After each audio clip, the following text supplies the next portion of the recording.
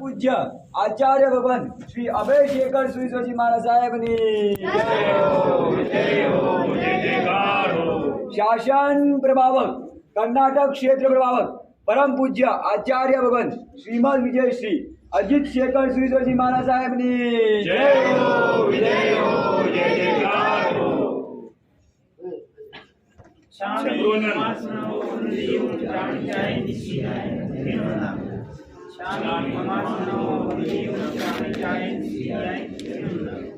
चकार सुखराय सुखलभ शरीर निराबाद सुसंयम शामी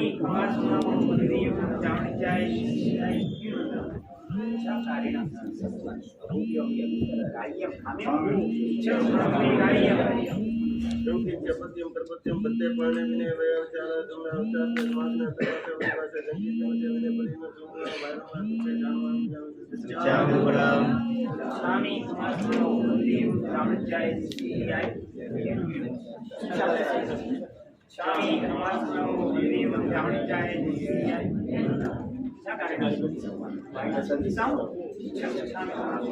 रामचाय सीआई क्या करेगा वायना देशो स्वामी कुमारस्वामी देव रामचाय कार्य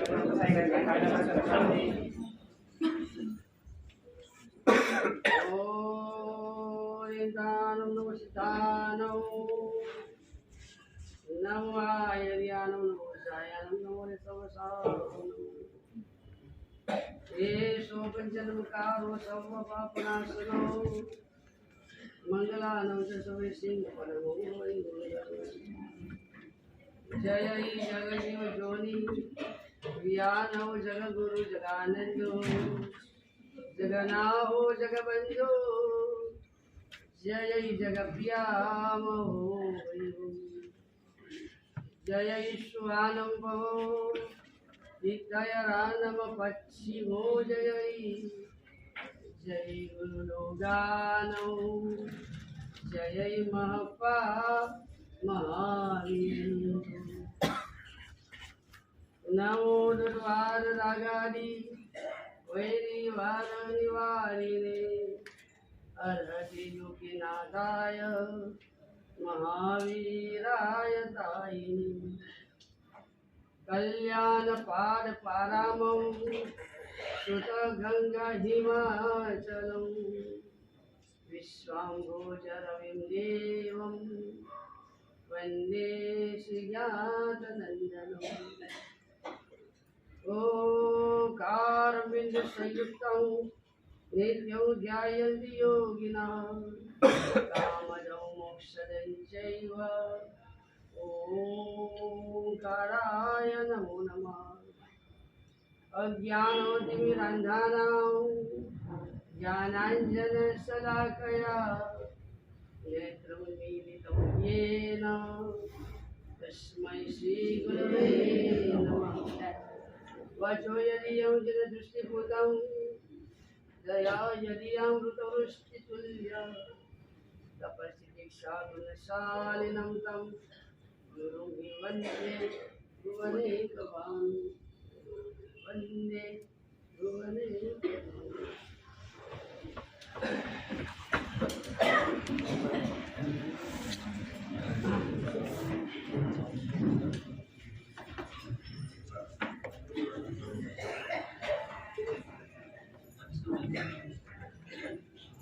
संयोग गुणजीवेन भक्तादिक परंपरा संबंधम सौपंक्ति है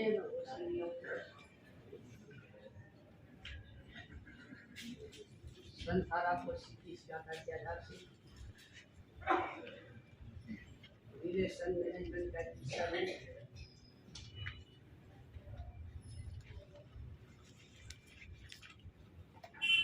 how to maintain this. अगर मुझे लगता है कि जीवन में कुछ मधुरता चाहिए, अगर मुझे लगता है कि जीवन में शांति चाहिए, अगर मुझे लगता है जीवन में लोग मुझे सत्कार सम्मान दें। अगर हमको लगता है कि जीवन में मुझे लोग भविष्य में भी याद रखें, ऐसी कोई भूमिका अगर हमको बनानी है तो दूसरे की ओर देखने की जगह सबसे पहले खुद को देखना चाहिए। कोई चेंज हमको हमारे में लाना है। शायद हो सकता है कि आपके अंदर आया हुआ चेंज एक इतना सुंदर पुस्तिका इको करे, एक ऐसा प्रतिघोष करे कि आपके साथ रहने वाले, आपके पास रहने वाले, आपके माने जाने वाले भी आपके साथ के व्यवहार में सुख चाहिए। इस भूमिका के आधार से हम बात सोच रहे हैं। नियर को करो डियर। उसके अंदर नियर के लिए हम 4 अक्षर से सोच रहे थे। सबसे पहले तो हमको हमारे स्वभाव की परीक्षा करनी पड़ेगी। कहीं ना कहीं मेरे स्वभाव में फॉल्ट नहीं होगी। कोई भी बात को लेकर मैं जल्दी से गर्म हो जाता हूँ, शॉर्ट टेम्पर हो जाता हूँ और जल्दी से जल्दी मेरा रिस्पॉन्स रिएक्शन अति जलद भयंकर प्रतिक्रिया देती है। यानी कि मेरी जरा भी श्रम शक्ति नहीं। शायद मेरी जिंदगी में ये गड़बड़ तो नहीं है। अगर ऐसा है तो हमको सुधारना है। हमारे क्रोध के ऊपर थोड़ा सा काबू पाना है। कोई भी घटना का तुरंत रिएक्शन नहीं है। हो सकता है कि अंदर आग लग जाए, हो सकता है कि अंदर आग लग जाए, पर कम से कम एटलीस्ट मुझे बाहर व्यक्त करना है। अंदर की आग अंदर रहेगी तो जल्दी बुझेगी। अंदर की आग अगर बाहर निकल गई, एक नहीं 2 जल रहे हैं, तो आग को शांत करना भारी पड़ता है। तो भूमिका हमको ये बनानी कि मुझे मेरी अंदर की आग को बाहर नहीं निकालनी। उसके लिए साम दाम दंड भेद 4 नीति आजमानी है। मन को समझाना पड़ेगा कि भाई उसको तेरे साथ क्या व्यवहार करना, वो स्वतंत्र है, उसके पर आधार। उसके व्यवहार को मुझे कैसे लेना, वो मेरे पर आधार। दूसरे के अकाउंट में रुपया भरने से हमारे अकाउंट में नहीं आता है। मैं मेरे अकाउंट में रुपया भरो तभी मेरे अकाउंट में। ये साफ नीति मन को समझाना है कि भाई उसके पर तेरा मेरा कुछ चलने वाला है। बेचारा उसके ऊपर उसका भी नहीं चलता है तो तेरा मेरा कैसे चलेगा। वो भी बेचारा कर्मादि, कौन से कर्म उसको ध्यान करें। वो बेचारा मोहनी कर्मों से पीड़ित है। उसको भी बार बार क्रोध मान माया लोग नहीं आता। तो पहले समझाना है कि भाई उसके ऊपर उसका खुद का कंट्रोल नहीं है, तो खुद क्या कंट्रोल करेगा। तो पहले नंबर में साम नीति, दूसरे नंबर में दाम नीति। मन को ललचाना है, लालच देनी। दाम नीति पे मन को ललचाना है, यानी मन को कहना है वो गुस्सा करता है जगत में अग्नि के रूप में प्रसिद्ध होगा, तो शांति रखेगा तो तू पानी के रूप में प्रसिद्ध होगा। दुनिया उसको आग कहेगी, अगर तू शांत रहेगा तो दुनिया तुझे बाग। तुझे कितना जबरदस्त पति का लाभ मिल रहा है। जब कोई गलत पति का व्यवहार करता है, तेरे सामने 2 हाजिर हो जाते हैं चंदन गोष्ठी को भगवान मांगे। जब तेरे साथ कोई गड़बड़ करता है, तुझे पसंद नहीं ऐसा कोई व्यवहार करता है, तेरे सामने 2 हाजिर हो जाते हैं। एक चंदन कोशी कहता है, एक भगवान भी रहते हैं। चंदन कोशी कहता है तो मेरा रिप्रेजेंटेटिव हो, भगवान कहते हैं तो मेरा रिप्रेजेंटेटिव बनो। बोलो तो किसका? जब भी कोई गड़बड़ हो रही है तब चंदन कोशी भी हाजिर होकर कहता है मैं तो क्रोध छोड़ के चला गया। प्लीज तू मेरा रिप्रेजेंटेटिव हो जा। दुनिया तुझे चंड कोशिक का अवतार कहे, तू मेरा प्रतिनिधि बन जा। ये चंड कोशिक कह रहा है तो भगवान महावीर स्वामी कह रहे तू मेरा अनुयायी है, तू जैन के नाम पर प्रसिद्ध है, तू मेरी पूजा करता है, प्लीज तू मेरा प्रतिनिधि बन जा। हमारे सामने क्यों निकल उसे विकल्प मैं किनके प्रतिनिधि बनना? ये भगवान महावीर का प्रतिनिधि। कितनी गौरव की बात होगी, कितनी गौरव की बात है। दुनिया कहेगी ये भगवान महावीर का प्रतिनिधि है। कोई चंड कुशिक बनकर भी आए तो भगवान महावीर बनकर ही रहता है। कितनी बड़ी उपलब्धि। मन को ललचाना है कि तू अगर शांति रखेगा दुनिया तेरे को देव मानकर पूजेगी। दुनिया कहेगी एक मोबाइल गार्डन है, मोबाइल गार्डन। लोग गार्डन में क्यों जाते हैं? लोग गार्डन में क्यों जाते हैं? पूरे दिन का टेंशन, बेचैनी, हरा भरा गार्डन, अगर वहां जाते तो कि शांति का, टेंशन फ्री का अनुभव हो गया। गार्डन में गए और खास ये दुनिया में जमीन पर हुआ गार्डन, तो ऐसा बन जा तेरे पास आने वाले को हास हो जाए। इनके पास जाएंगे हास हो जाती, सारे टेंशन निकल। कोई भी प्रकार की चिंता हो, कोई भी प्रकार की बेचैनी हो, या भी ऐसा है उसके पास गए इतनी शांति शांति शांति। हमारे पास विकल्प है। दुनिया मुझे मोबाइल गार्डन, ये मन को ललचाना डाल। एक नीति है भेद नीति, डिवाइड एंड रूल। भेद नीति का अर्थ क्या है? Divide and rule. ताकत है भेद नीति की।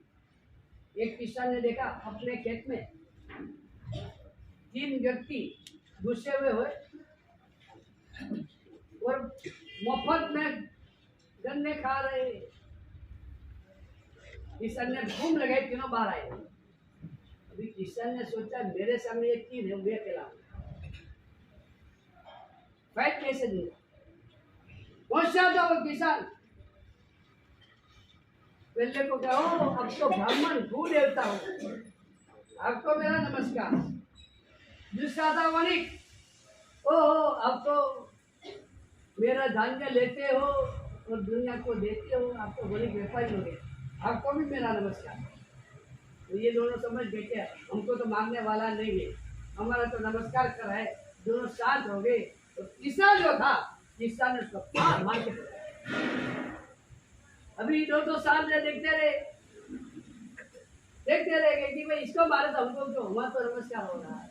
तीसरे को भगा दिया मार के। अभी 2 बजे तो कहते ओ ब्राह्मण मेरे भू देवता, आपका पैर मेरे खेत में पड़ा, मैं तो पवित्र हो गया। ये बढ़िया, तू क्यों घुसा? एक रुपया छोड़ता नहीं है। उसको मारा। ब्राह्मण कहते मैं क्यों टेंशन लूं, उसको मार रहा है। मैं तो भू देवता के पूजा, इनको पूजा हो रही, भले मारे वणिक को, मारा वणिक को, मार के उसको भगा दिया। अब बचे भू देवता है। तू भू देवता है ब्राह्मण, चलो मारे खेत में उसको चोरी करता है और ऊपर से मजा करना ले तो लेता जा, जिसको कभी मारा। क्या कमाल क्या डिवाइड एंड रूल। उसने क्या किया? डिवाइड एंड रूल, विभाग कर दिया। एक तीसरा ऊपर सुंदर गति का है डिवाइड एंड रूल। मन में कितना भी क्रोध आए, वचन और काया में नहीं लागे। डिवाइड एंड रूल, मन वचन काया तीनों मिल जाते तब भयंकर गति की गड़बड़ होती है। चलो हम तय कर ले। मन में कितना भी गुस्सा आ गया, गुस्सा तो बाहर निकलने के लिए तड़प रहा है, अंदर से बाहर आने की ये भूमिका हो गई है। क्या करना? नौकर गिरने का सोच, मन में नहीं गिरना। ये जब अंदर आग लगी है तो मन के नौकर चलने वाले नहीं, जोर से बोले नमो रेता नमो सीता नमो आगे नमो सीता नमो सारो नमो सीता सब नमो नमो ये जोर जोर से बोला। वो मन का जो आग है, ये नौकर का पानी पानी छाते छाते दोनों एटलीस्ट वचन में नहीं आया। शायद वचन में भी आ गया। एक पचखान ले लेने का, अगर मैंने किसी को हाथ उठाया तो मेरे को अथम का तप कर लेना, सीधा तिलाई कर लेना। किसी पर मैंने हाथ उठाया तो मुझे अथम का प्रस्थान करना। जब हाथ उठाने जाओ तो ये अथम का प्रस्थान की बात है ना, अंदर नहीं रखना, जाहिर कर देना, जाहिर करना। सबको पता चलना चाहिए कि ये किसी को हाथ उठाएगा तो उसको क्या करने का है, तेला। जैसे आप उठाने जाओ सामने से उठाएंगे, वो सामने से बोलेगा तेला, सीधा ही ठंडे हो जाए। तो बात मन वचन क्या है, चौथे नंबर में दंड और माइंड, हमारे मन को दंड देना है, कड़क दंड देना है, नहीं तो नहीं जाएगा। और कड़क दंड देने के लिए जिसके ऊपर क्रोध आया या पहली बार क्रोध आया 50 रुपये, क्रोध आया उसको 50 दे दिया, सॉरी 50। दूसरी बार क्रोध आया 100 रुपये। दूसरी बार मैंने क्रोध व्यक्त किया, जिसकी रोटी लगी उसको 200 रुपया। तीसरी बार क्रोध आया, जिसकी रोटी लगी उसको 200 रुपया। प्रामाणिक बनना खुद के लिए प्रामाणिक। और लक्ष्य यही है कि मुझे मेरा क्रोध निकालना है, ये मेरा जो सेल्फ टेम्पर है उसको डाउन करना है। चौथी बार क्रोध 400 रुपया, डबल डबल होता जाओ। और ये दंड नीति होएगी तो सोचोगे भाई कमाई तो जरा भी नहीं है, और ये बहुत भारी होता जा रहा है, दुनिया को तो मजा पड़ गया, इसको क्रोधित करो और रुपया का इनाम पाओ। तो बात है पहले नंबर में हमको हमारा जो शॉर्ट टेम्पर नेचर है उसको डाउन, मुझे सुधरना है। सबसे पहले मुझे सुधरना है। दूसरा नंबर की बात थी एक्सपेक्टेशन। दुनिया में खुद की अपेक्षा रखो, जगत में किसी की भी अपेक्षा मत। कोई अपना काम करता है बोनस है, उसकी लायकात, उसको थैंक यू कहना है। कोई की बात जब करता हूँ तो दूर की व्यक्ति की नहीं, घर की व्यक्ति की भी बात करता हूँ। ज्यादा से ज्यादा अपेक्षा हमको हमारे घर के व्यक्ति पर, और इसीलिए बार बार क्रोध भी उनके पर ही आता है। और इसी कारण कल्पसूत्र करने के लिए, आपको पता नहीं होगा, आपने शायद कल्पसूत्र पढ़ा या सुना नहीं होगा, कल्पसूत्र करने का है। कल्पसूत्र के पहले ही प्रवचन में आता है नरक में कौन जाएगा, तब अनेक सारे कारण है। इसमें कारण बताइए, जो अपने स्वजन पर द्वेष करता है वो नरक में जाएगा। उसके पीछे कारण है, स्वजन निकट में रहते, उसके परिवार में द्वेष आता रहता है, क्रोध आता रहता है, क्योंकि अपेक्षा बहुत ज्यादा रहती है। जितनी ज्यादा अपेक्षा इतना क्रोध जल्दी आएगा। क्रोध बार बार है तो द्वेष हो जाएगा। ये बार बार मुझे हैरान करता है, ये बार बार मेरे पीछे पड़ा हुआ है, द्वेष आ जाएगा। भगवान कहते हैं कि सबसे निकट के व्यक्ति के प्रति बार बार आता है। इसके पीछे भी कारण है हमारी अपेक्षा बहुत। आज तक हमने 0 टॉलरेंस रखा है, जरा भी सहन नहीं, 0, जरा भी सहन नहीं करना। चलो आज से चेंज, 0 एक्सपेक्टेशन, 0 एक्सपेक्टेशन, किसी के पास कोई अपेक्षा रखनी नहीं।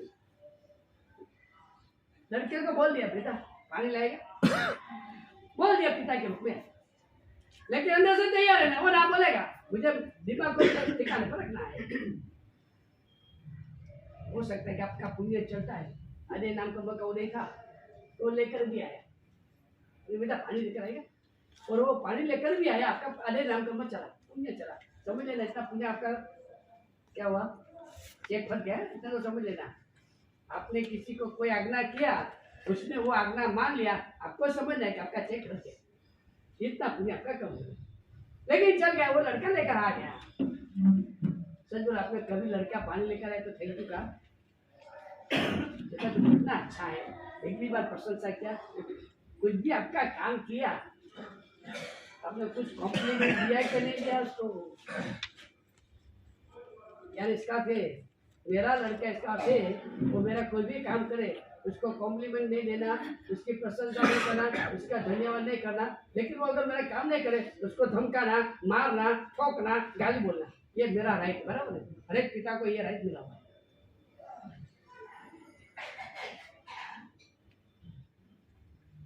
मैं आपको कहता हूं, लड़के ने भी आपका काम किया, उसको धन्यवाद देना, बात पूरी करो। बेटा मुझे तेरे पास कोई अपेक्षा नहीं, तूने कर दिया नहीं। आपकी पत्नी आपको गरम गरम चाय पिला रही है, लेकर आइए तो पी लेना, और बाद में पत्नी को कहना कल से मत लाना, कल से मत लाना। मैं आपको बहुत सोच समझ कर कहता हूं। अगर दूसरे दिन भी वो गरम गरम चाय लेकर आई, अब प्रॉब्लम तीसरे दिन क्या शुरू होगा? अगर तीसरे दिन वो नहीं आई तो आपका दिमाग नोट डाउन करेगा, परसों भी लाई थी, कल भी लाई थी, आज क्यों नहीं लाई? सीधा नोट डाउन करने का चालू हो जाएगा। बेहतर है पहले से कट करो, मुझे अपेक्षा रखनी ही नहीं है। पहले नहीं लाई, बस बात पूरी हो गई, थैंक यू, आभार, बहुत सुंदर। कितने रुपए का बिल भरना है बोल? क्योंकि दुनिया में कहा जाता है बाजार में चाय, गरम चाय मिलती है 10 रुपए की, और घर में अगर गरम गरम चाय मिली तो समझ लें 5,000 का बिल आएगा। हाँ, कोई ना कोई बिल होगा। आपको खुश करके कोई बिल पेश करना है, मैं साड़ी लेकर आई हूँ, इसका इतना बिल है, समझ लो। पोपट में कुछ दुनिया में होता नहीं। छोड़ो ये बात, अपनी बात ये है, मुख्य बात अपनी ये है कि अपेक्षा जरा भी खड़ी नहीं होनी चाहिए। आपका लड़का सामने से पानी लेकर आया, लेना, अपमान नहीं लेना, बाद में वो लड़के को ही कह देना कब से नहीं। जब तक मेरी शक्ति पहुंचती है, जब तक मेरी शक्ति पहुंचती है, मुझे किसी की अपेक्षा रखनी नहीं। आज मैं अपेक्षा रखूंगा और कल पूरी नहीं होगी तो आग लगने वाली है, क्योंकि हमने अपेक्षा रखी। उसका अर्थ है हम ना सुनने के आदी नहीं है, और ना किसी ने बोला तो सीधी आग लगने। तो दूसरे नंबर की बात है, हमको हमारी अपेक्षा कम करते जाना। हर जगह पर दुकान खोली है, अपेक्षा रखो मत कि मैं करोड़पति बनूंगा। ये अपेक्षा रखते हो, इसलिए 2 दिन ग्राहक नहीं आया, 3 दिन ग्राहक नहीं आया तो टेंशन में आ जाते, तो ग्राहक ही नहीं आते। अरे भगवान महावीर स्वामी को 175 दिन तक गोची नहीं मिली है, और ऋषभदेव भगवान को 400 दिन गोची नहीं मिली है। रोज जाने का गोची, रोज वापस आने का, रोज जाने का, रोज वापस आने का, 400 दिन तक राह देखी थी, और तू 3 दिन में ऊपर नीचे हो जाता है, क्योंकि तूने अपेक्षा रखी ये दुकान खोलूंगा करोड़पति बन जाऊंगा। अपेक्षा नहीं, दुकान खोली, धंधा करना, व्यापार करना, तेरी फर्ज है, जो भी करना है बराबर कर, उसमें कोई मना नहीं है, लेकिन तो अपेक्षा होता है करा खाएंगे बोलते हैं, टेंशन में आ जाएगा, बेचैन हो जाएगा। कोई भी कार्य के साथ एक बात पक्की कर लो, नो एक्सपेक्टेशन, 0 एक्सपेक्टेशन। अभी तीसरी ओर जाना है, अबाउट आवर एटीट्यूड। हमारा हर जगह पर अभिगम कैसा रहता है? ज्यादातर हमारा अभिगम रहता है, मैंने इतना छोटा भी काम किया तो उसका बैंड बाजा बजाना, किसी ने बड़ा काम किया तो भी उसकी प्रशंसा नहीं करना। जब उसकी प्रशंसा का अवसर आता है हम बोलते हैं वो तो बहुत अच्छा काम किया है, कहने के लिए मेरे पास शब्द नहीं है। बड़े होशियार है, किसी ने अच्छा किया तो कहने के लिए शब्द नहीं मिलते, किसी ने अगर कुछ बुरा कर दिया तो पूरी वोकैबुलरी खाली कर देती है, पूरा शब्दकोश मिल जाता है। हमारा आज तक का अभिगम रहा है, दूसरे की प्रशंसा दिल से हम करते हैं, आत्म प्रशंसा बार बार करते। एक बात समझ लेना, वो गीत को कभी रिस्पॉन्स नहीं मिलता है, वो गीत को कभी भी वंस मोर नहीं मिलता है जो गीत के अंदर आत्म प्रशंसा होती है। मैंने किया, मैंने किया, मैंने किया, ये शब्द ही दुनिया के लोगों को कान में कांटा फूकने जैसा लगता है। मम्मी लड़के का गुण गाएगी, लेकिन मम्मी लड़के की आत्म प्रशंसा का गुण नहीं गाएगी। मम्मी भी कहेगी बहुत होशियार हो गया, तो तेरा बखान करता है। बात यह कि हमारा आज तक का अभिगम ये रहा है कि हम खुद को इतना महान मानते, इतना महान कि हर जगह पर हमारी प्रशंसा। एक हमारा एटीट्यूड है, हर जगह पर हम हमारा बचाव करें, पहले नंबर में प्रशंसा करें। कुछ भी अच्छा हुआ, जरा सी अच्छा हुआ, इतने बेन बाजे बजा देते। वो जीव तो जगत की चलता है, तो 3 दिन 5 दिन का मौसम रखते, जिंदा ही मौसम का ले लें। और फिर उसमें पूरा लिस्ट आता है कि मैंने यहाँ लाभ लिया, मैंने यहाँ लाभ लिया, मैंने यहाँ लाभ लिया, मैंने यहाँ लाभ लिया, मैंने यहाँ लाभ लिया, मैंने यहाँ लाभ लिया, पूरा विस्तार होता है। तो ये तो तेरा क्रेडिट हो गया, अभी डेबिट में देखो, बैलेंस तो करना ही पड़ेगा भाई। ये तेरा क्रेडिट हो गया, तो यहाँ लाभ लिया, यहाँ लाभ लिया, यहाँ लाभ लिया, यहाँ लाभ लिया, वो बराबर है, सुंदर है। वो तेरे बैलेंस शीट के एक एसेट की साइड की है, अभी तेरे लायबिलिटीज की साइड बोल, तेरे डेबिट की साइड बोल। मैंने यहाँ चोरी किया था, कल चोरी किया था, इनकम टैक्स चोरी किया था, वो उसको दबाया, बोलो बोल भाई तू।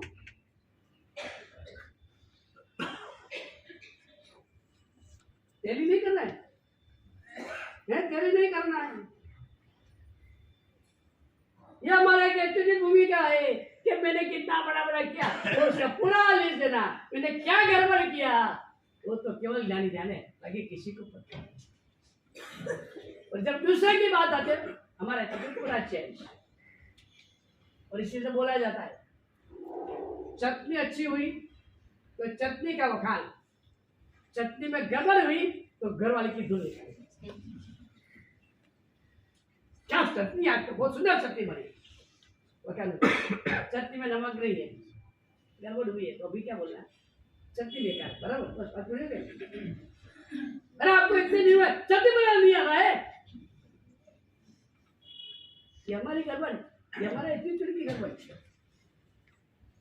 हम एक ऐसे एटीट्यूड लेकर बैठे, जितनी भी प्रशंसा है वो सब मेरे खाते में जमा होनी चाहिए, सब मेरे कम में जमा होनी चाहिए।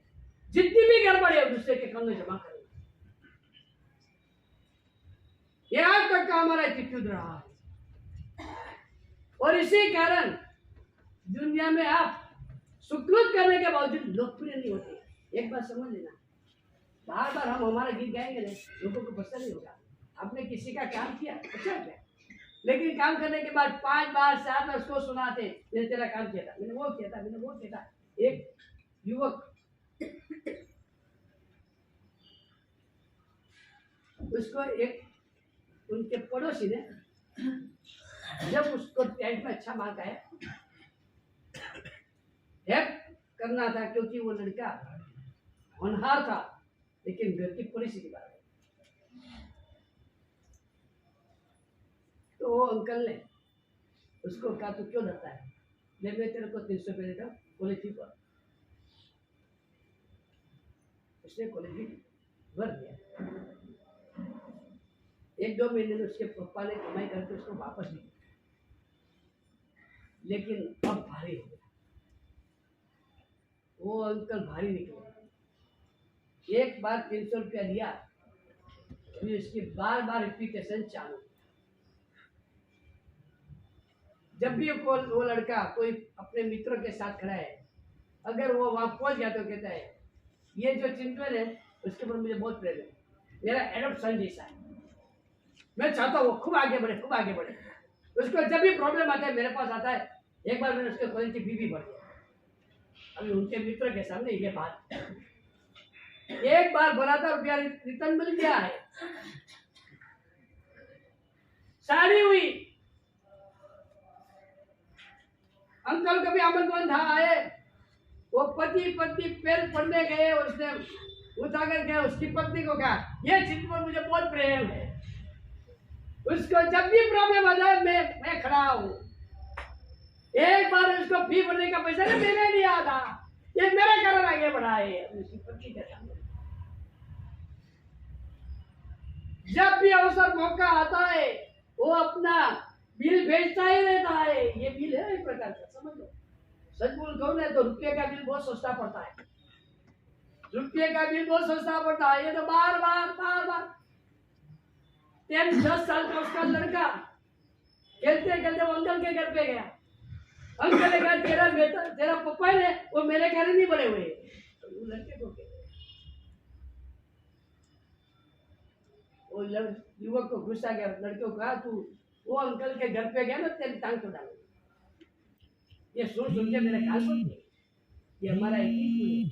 किसी का एक थोड़ा सा भी अच्छा किया होगा, एक बार किया होगा, वो छगन भाई मगन भाई को अपने खेत के सुंदर पोती की लौकी देकर गए। बहुत बड़ी लौकी शुभ बना के पीस लौकी शुभ बना के पीस उसने शुभ बनाया। पापा को छगन में मिलने आया। शुभ कैसा बना? अभी उसकी लौकी तो उसको एक गिलास सूप पिलाया। उसको भी वो गए 5 मिनट तक दूसरा पाया। वो जो अपने सगन मैंने आपको जो लौकी दिया ना उसका मैं मित्र हूँ। उसको भी थोड़ा सूप पिलाया। अभी वो गया नहीं, वो वापस दूसरा आया। वो जो सगन मैंने आपको लौकी दिया ना उसके मित्र का मित्र हूँ। उसको भी पिलाना पड़ा। वो गहरी थोड़ी देर में चौथा आया। वो छगन भाई का मित्र का मित्र हूँ। अब इसका दिमाग गया। वो गरम पानी लेकर ही आया। उसने कहा वो लौकी के सूखा सूप। ये हमारा तकलीफ सबसे बड़ा अभिगम का है कि हम एक बार भी किसी का कुछ कर दिया तो हम बार पी लेते। तो 5 मिनट की ब्रेक।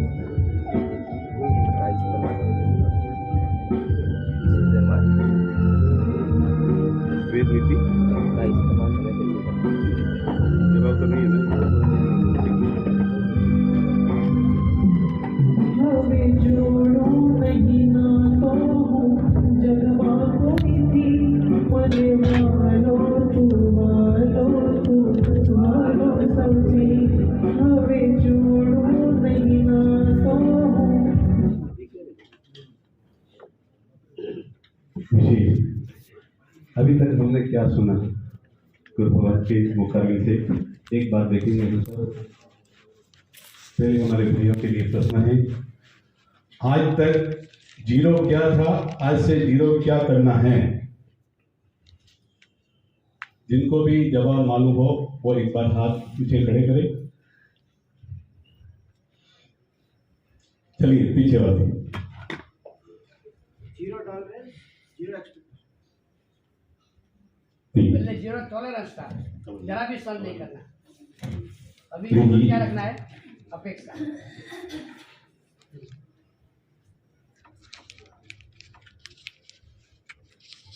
बहनों के लिए आज तक हमारा एटीट्यूड अभिगम क्या रहा है?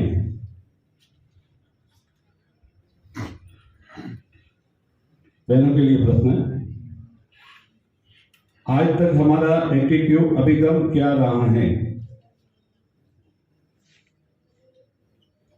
और किसी को चलिए जवाब दीजिए।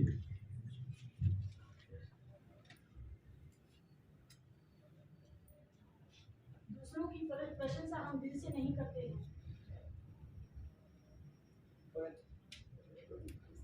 और खुद की थोड़ा बहुत भी अच्छा कर दिया तो पूरे गांव में सुना देते कि भाई मैंने ऐसा किया। ठीक, मुख्य बात है खुद की प्रशंसा करना, दूसरों की निंदा करना। देखिए आपका बहुमान का कवर जिन्होंने जवाब दिया है यहाँ से स्वीकार कर लेना बाद में मेहरबानी करके। और इसके बाद में और भाइयों का एक प्रश्न है, मन को समझाने के लिए कौन सी चार नीति है? मन को समझाने के लिए कौन सी चार नीति है भाइयों के लिए बताइए। और किनको? जी हाँ, आप खड़े हो जाइए। शाम और दाम और दंड भेद चार। शाम, दाम, दंड और भेद, चार नीति है। पहले मन को समझाने का, बाद में मन को लालच देने का, ये काया और वचन को मन से अलग कर देने का, और मन को पनिशमेंट देने का। जी बहुत अनुभव। अगली कड़ी में बहनों के लिए अभी चौथा प्रश्न। दूसरा कर दो। नियर का फुल फॉर्म क्या है वो कर। प्रश्न उत्तर आई है चौथे। नियर का फुल फॉर्म क्या है? नियर में सबको क्या चार बच्चे थे? बहनों के लिए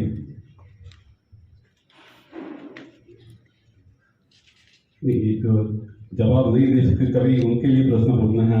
आप पीछे से खड़े हो जाइए। हाँ बहन, आप खड़े हो जाइए।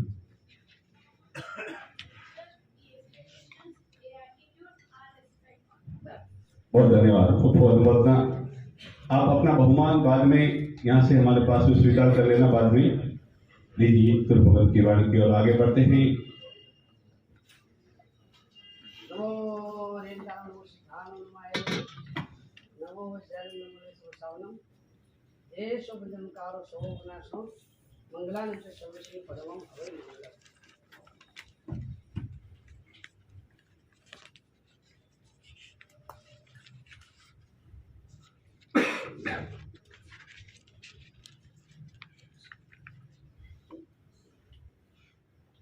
एटीट्यूड की बात चल रही थी।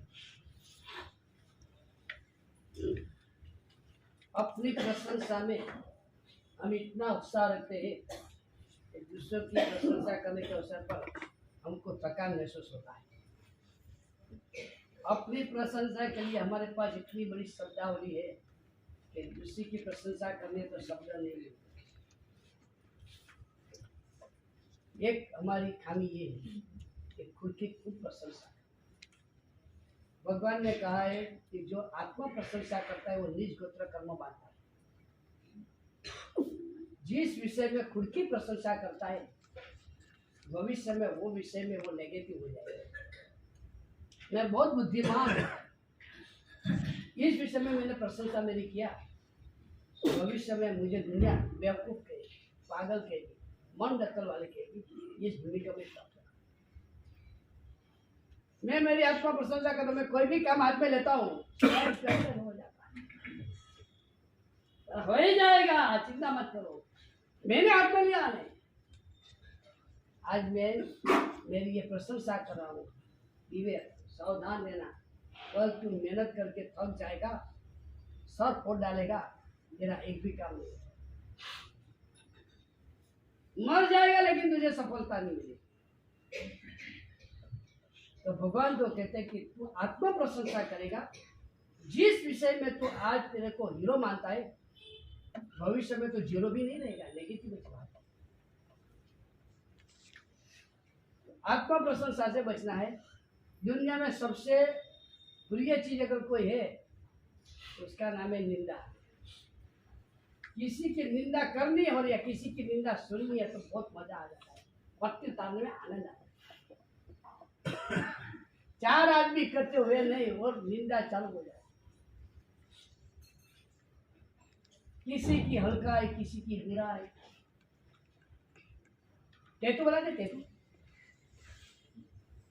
हम लोग टैटू बनाते नहीं, इसे बनाते जाने। मैं कहता हूँ एक टैटू बनाओ इधर, कचरा पेटी। क्या वो टैटू पर लिखो कचरा पेटी, गलत क्या है भाई? पूरे गली का कचरा जहाँ डाला जाता है वो कचरा पेटी कही जाती है, बराबर है? पूरे गली का कचरा जहाँ डाला जाता है वो कचरा पेटी कही जाती है। पूरे दुनिया के कचरे जैसी बात मेरे कान में जाती है, ये क्या है? मैं आपको पूछता हूँ क्या है? प्रामाणिक बनो, इधर टैटू बना लो, कचरा पेटी डालो। अच्छा, जिनको डालना है, जिनके लिए निंदा की बात करनी, ये मेरे कान खुले डालते। हम तो कहते हैं ये कान को तिजोरी बनाओ, जिसके अंदर रत्न रहेंगे, कचरे नहीं रहेंगे। मेरे कान प्रभु तेरी वाणी के लिए रहेंगे खुले, दुनिया की हल्की बात के लिए नहीं रहेंगे। लेकिन हम दुनिया भर की कचरे जैसी बातें सुनते, चाय वाले का बकरा यानी बेंच कुर्सी, चाय वाले की कुर्सी और राजा का शेषा, बहुत ही सा डिफरेंस। चाय वाले की कुर्सी और राजा का सिंहासन, तो में डिफरेंस क्या है?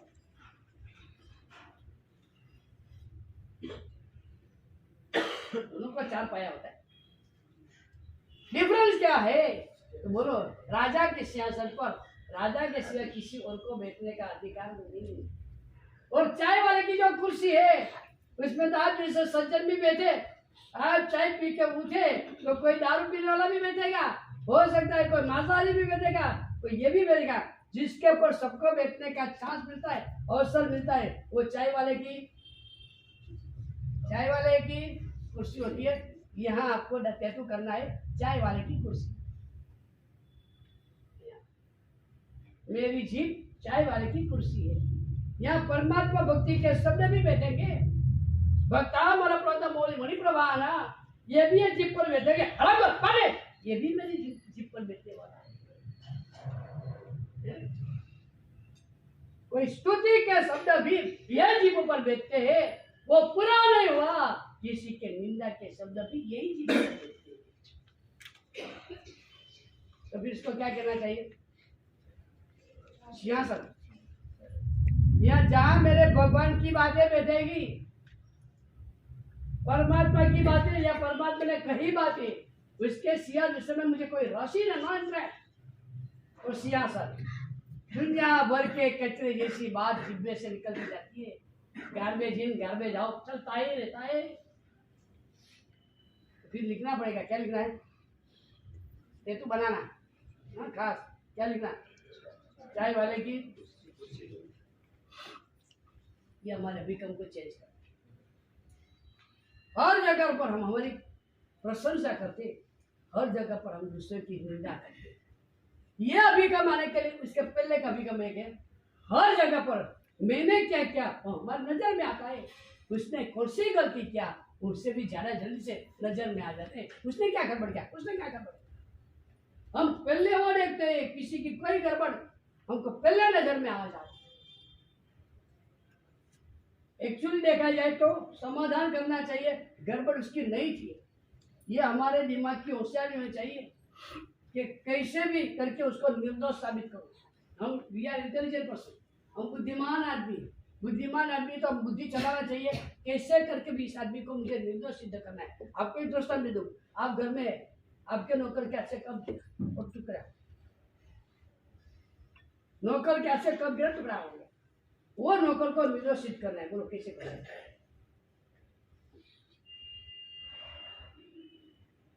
आपके नजर के सामने नौकर चाय का कप लेकर आ रहा था, कोई इधर देखने गया, धार करके सब कप गिरा, सबके टुकड़े टुकड़े हो गए। अब ये नौकर को निर्दोष सिद्ध करना है। आओ, दोषी सिद्ध करना है तो सब हाथ ऊंचा करें। आप मैं बताता कैसे निर्दोष सिद्ध करना है। बोलो कैसे? देखिए, हो सकता है वो निर्दोष सिद्ध हो सकता है। मैं पूछता हूँ पहले नंबर में तुझे, पहला तो प्रश्न ये है कि वो निर्दोष सिद्ध हो सकता है? मैं कहना वो पूरा निर्दोष है। कप फूटा है, चाय धुल गई है, कप का टुकड़ा टुकड़ा हो गया है, और 10-20 रुपए का नुकसान हुआ है, यानी फूटते फूटते गड़बड़ हुई है और पक्की। अभी तकलीफ है कि उसको निर्दोष सिद्ध करना है, तो प्रॉब्लम ये आएगा। अगर वो निर्दोष है तो गुनहगार कौन? सीधी बात आएगी। वो निर्दोष है, गुनहगार कौन? और मैं कहता हूं मैं गुनहगार, वो निर्दोष है, मैं गुनहगार हूं। अभी आप बोलो ये कैसे हो सकता है? कप उससे गिरा है, चाय उसने धोली है, टुकड़ा उसने किया है, और गुनहगार बन गया। ये कैसे हो सकता है? ये बहुत बड़ा प्रॉब्लम है। ये चाय मैंने चाय उनके लिए लेके आ रहा था। ना आपके लिए लेकर आया था, लेकिन पैसे दे लेकर गिरा दिया।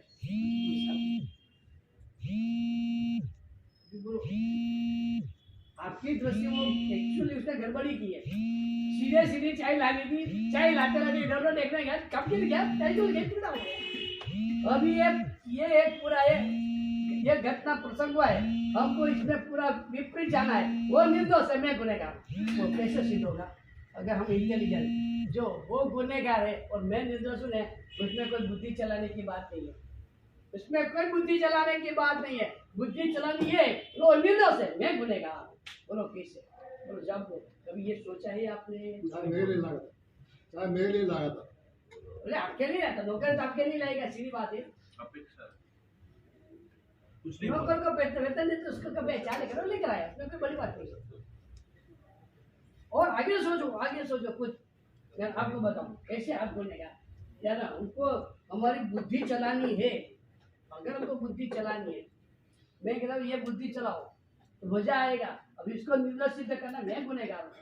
बोलो क्यों? सबसे पहली बात है, टूटने वाली चीज घर में बसाई तो। सबसे पहली बात, जो चीज टूटने वाली थी तो घर में बसाई तो। बसाई तो पड़ती है ना, सबसे नंबर की बात।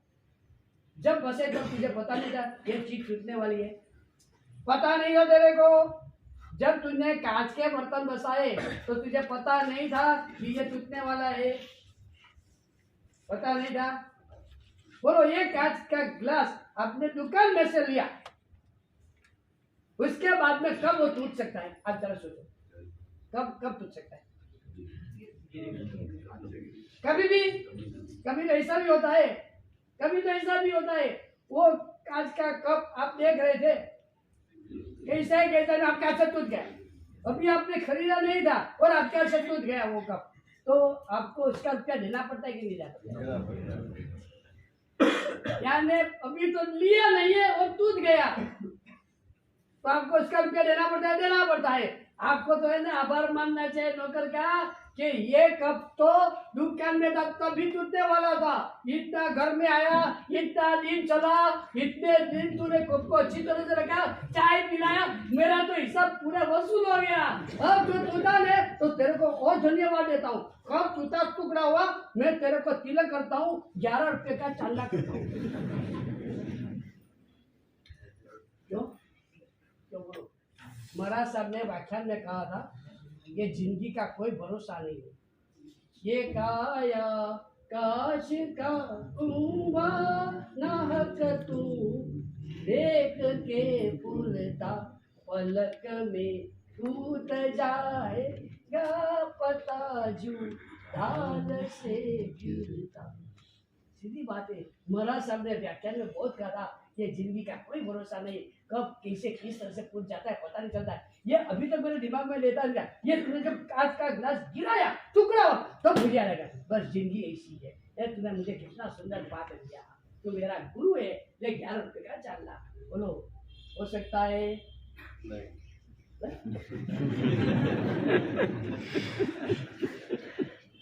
बोले, अरे करने का बात है। आज तक का हमारे एटीट्यूड को चेंज किया। ये अचनकारी भत्ता की भी बात कर रहा हूँ, मार खा के वो सुधर गई।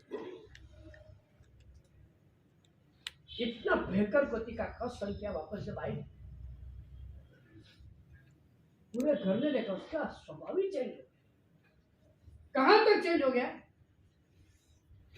वापस मंत्री के घर पे गई है, इतनी शांत हो गई है, जो अंगारा लगती थी वो चंदन बन गई।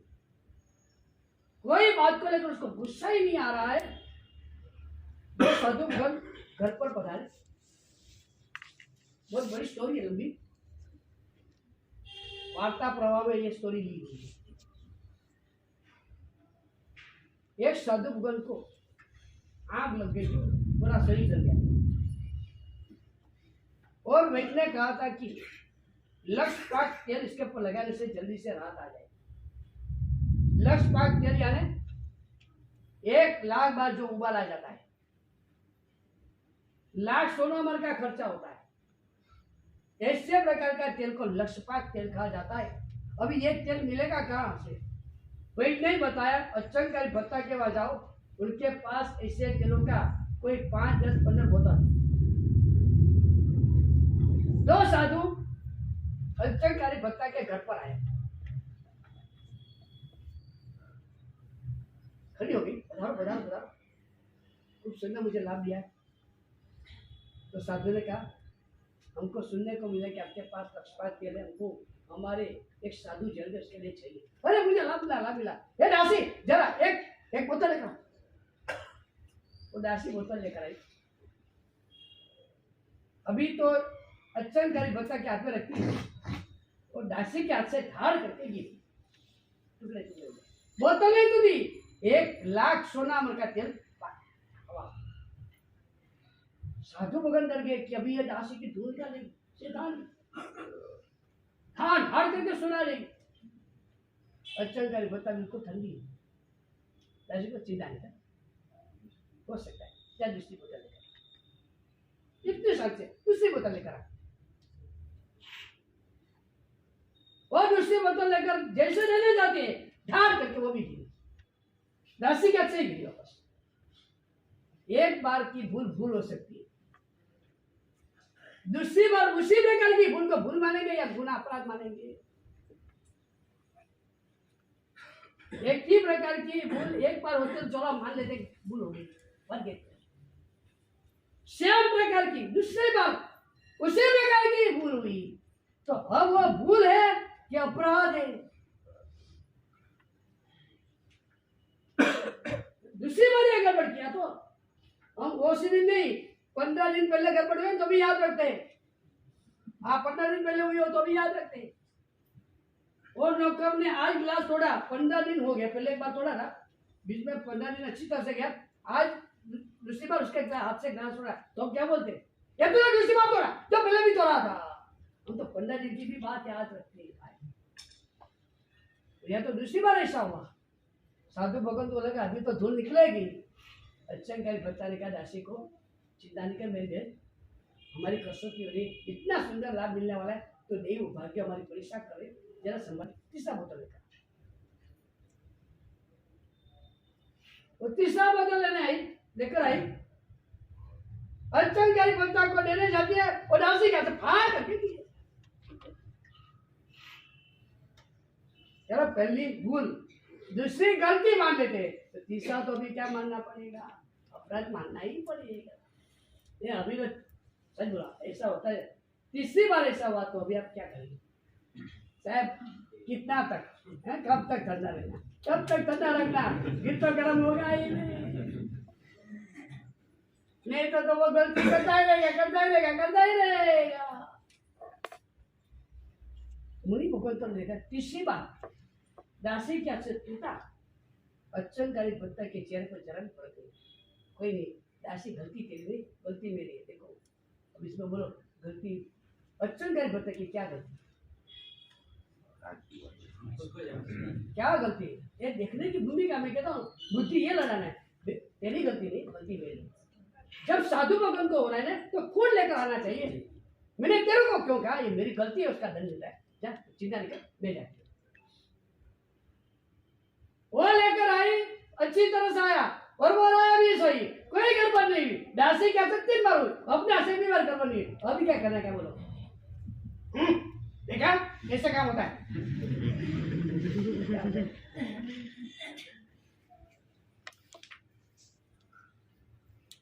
कोई टोना मिला कुछ नहीं। 2 साधु ने वो चंकारी भट्टा को पूछा, चलो ये बोतल को साइड पर रखो, हम साधु है, हमारा नाम है क्षमा समन। अब जब हमने इनको क्षमा समन देते हैं ना, ये हमारा संबोधन है, इच्छा में क्षमा समनो एक क्षमा समन। हम आपको वंदन करना चाहते हैं। ये बार बार हमको क्षमा समन यानी क्षमा समन समय तेरा जीवन है, समय तेरा आधार है, समय तेरा प्राण है, बार बार हमको सुनने को मिलता है। हमको ये बार बार पेंटिंग होता है कि भाई तू संत रहना, तू क्षमा समन है, तेरे को क्रोध नहीं करना चाहिए, क्षमा रखनी चाहिए। जो साधु कहते हैं हमको दुनिया क्षमा समन कहती है ना, तो भी हमको क्रोध आ जाता है, तो भी हमको 2-4 बार की गलती होती है ना तो गुस्सा आ जाता है। जो हम खुद क्षमा समन के नाम पे पहचान जाते हैं, उनको भी 2-4 बार कोई खबर होती है तो गुस्सा आ जाता है। आप तो संसारी हो, इतना बड़ा नुकसान, आप इतनी शांति कैसे रख सकते? तो चाहिए ये बात आपके पास हमको सीखना। तब चंकारी भट्टा कहती है, गुरुदेव ये मुफ्त में सीखा नहीं है, मार खा के पूछा, मार खा के सिखाया ना? तब चंकारी अपनी स्टोरी बताई, और स्टोरी बताकर कहती है, जब मैंने 6 महीने कठोर का सन किया, तब मैंने पूरा मेरा खुद का सोचकर तय किया, किसी और का वाक नहीं था, और मेरा ही। मैं शॉर्ट टेम्पर थी, बार में मुझे गुस्सा आ जाता था, मैं किसी का सुनने को तैयार नहीं, किसी की परिस्थिति समझने तैयार नहीं। बेचारा कैसी परिस्थिति में गुजर रहा है, जब ये घटना हो रही है तब उसकी परिस्थिति, उसका एंगल, उसकी हालत, उसकी अवस्था तो सोच तू, वो सोची नहीं थी। बस मेरे घर में क्यों हुआ, जिससे हुआ उसके बारे में मैं सोची नहीं थी, उसने गलती क्यों किया? अरे भाई उसकी परिस्थिति नहीं, कुछ नहीं। पहले नंबर में मैं बहुत शॉर्ट चल, सामने वाले की परिस्थिति समझने के लिए तैयार ही नहीं। दूसरे नंबर में मेरा एक्सपेक्टेशन बहुत, इतनी अपेक्षा कर देती थी, मैं जो कहूँ मैं सारा को नहीं चाहिए, मेरे विरुद्ध में कुछ नहीं होना चाहिए, मैं खूब अपेक्षा रखती थी। मैंने देखा कि ये सारी जो घटना हुई इसमें फॉल्ट किसका था? मेरा ही था। एक तो भयंकर गति का गुस्सा, उसके साथ में भयंकर गति की अपेक्षा। इतनी अपेक्षा भी क्यों? क्योंकि मैं भयंकर अहंकारी, दुनिया में सब मैं ही जानती हूँ, दुनिया में मैं ही जो कहती हूँ वो सच्चा होता है। दुनिया में मेरे जैसे सीधे सरल दूसरे कोई नहीं है, जिस समय मैं ही दुनिया में निर्दोष हूं। दुनिया में मुझे कहने की ताकत किसी की नहीं है। बहुत अहंकार से भरी, इतना अहंकार था, इतना अहंकार, सारी गड़बड़ ये अहंकार के कारण। ये अहंकार के कारण मैं जिद्दी बन गई थी। मैंने जो कहा होना ही चाहिए, मैंने जो चाहा मिलना ही चाहिए, व्हाट आई वांट ये मिलना ही चाहिए। इतना अच्छा मेरा जीत। बस इन सभी के कारण भयंकर अहंकार, भयंकर जीत, भयंकर अपेक्षा, स्वार्थ पर हाथ कर देने का ये मेरा जो नेचर। मैंने सोचा मेरे को जो दंड मिला है बिकॉज ऑफ मी, मेरे कारण ही मिला है। और तब मैंने तय कर लिया, आज से तय कर दिया, कोई भी घटना बने, कोई भी परिस्थिति हो जाए, एक ही बात रखने की, हर जगह पर एक ही बात सोचने का। आज तक जो मैंने गड़बड़ किया उसका प्रायश्चित आज से मैंने तय कर लिया। उससे मैंने कष्ट करते करते तय कर लिया था मैंने कि आज से 1 रुपये का भी किसी के पास से कोई इच्छा अपेक्षा रखने का नहीं। आज से मैं जीरो हूं, मेरा का कोई अहंकार रखना नहीं, मुझे कोई जिद करनी नहीं, और क्रोध तो करना ही नहीं है। जब क्रोध नहीं करना तो उसकी एक शर्त होती है। आपको क्रोध नहीं करना तो एक सबसे बड़ी शर्त होती है, जिसके पर क्रोध आ रहा है उसको निर्दोष मानना पड़ेगा। ये शर्त है, कंडीशन अप्लाई। उसके बिना आपको क्रोध आए बिना रहेगा ही नहीं। मैं उसको दोषित मानूं और मुझे क्रोध नहीं आएगा, इट कैन बी पॉसिबल, शक्य ही नहीं है। अगर मुझे उसके ऊपर क्रोध नहीं करना है तो पहली शर्त ये रहेगी, उसको अपराधी नहीं मानना है, उसको गुनहगार नहीं मानना है। और गुनहगार नहीं मानना है तो मैंने तय कर लिया हर जगह पर वो अपराधी नहीं तो अपराधी कौन नहीं। बस हर जगह पर मैंने ये सिद्धांत अपनाया है। गुरुदेव वो कहती है ये मेरी जिंदगी का निचोड़ है, जो मैंने मार खाया, मैंने जो मार खाया ये मार खाकर मैं सुधरी नहीं हूँ। और गुरुदेव को कहा ये मेरी कथा मैंने मार खा के है। मैं चाहती कि दुनिया बिना मार खाए समझ जाए। उसके लिए क्या है मालूम है, हम मार खाए बिना सुधरते नहीं। मैं उपदेश देता हूँ, 3 दिन हुआ ना, तीसरा नहीं, अभी तो ये सब बातें हमने बताई। बोलो रिजल्ट अच्छा आएगा, सुधर गए मैं पूछता हूँ। सबका माइंड क्लियर हो गया, अब सब ठंडे हो गए जैसे कि आइस फैक्ट्री, सब सुधर गए। देखिए साहेब ये तो सुना है, शायद हो सकता है कि यहाँ से वहाँ नौकार के स्थान पर जाएंगे, तब तक में तो सब वो सिरे हो सकता है पूरा यहाँ छोड़ के चले जाएंगे। ये तो बार बार दुनिया का मार खाएंगे, तब सुधरने का होगा तो सुधरेंगे। एक बात समझ लो, नरक क्यों पैदा हुई? भगवान ने 7 नरक बनाए, स्वर्ग 12, 9, 5 7 देवलोक है, उसके ऊपर 9 ग्रह के ऊपर के 5 अवतार है। इससे वनपति व्यंकर ज्योतिष देवलोक की कितनी सारी वैरायटी है, जबकि नरक के नीचे 7 है। तो भी देवलोक में जाने से नरक में जाने वाले ज्यादा है। मैं पूछता हूँ ये नरक क्यों पैदा हुआ? इसके पीछे कारण एक ही है कि हमने आज तक क्रोध को जीतने के लिए कभी भी प्रयत्न ही नहीं किया। यहाँ तक की बात करूं तो हमको कभी लगा भी नहीं है कि मेरा क्रोध खराब है। आज तक की हमारी पोजीशन परिस्थिति ये रही है कि आज तक हमको लगा भी नहीं है कि मेरा क्रोध खराब है। अरे हम तो ऊपर से हमारे क्रोध का गर्व करते, अभिमान करते, क्रोध का अभिमान। हाँ, कोई मेरे सामने गड़बड़ करता है, 4 चप्पा लगा लो, मैं जरा भी सहन नहीं करता हूँ। मेरा क्रोध है ना, तू क्रोध का अभिमान कर रहा है। जिसको सबसे पहले निकालना है उसका अभिमान कर रहा है। आज तक हमको ये लगा ही नहीं, ये मेरा दुश्मन है, मुझे उसको निकालना पड़ेगा।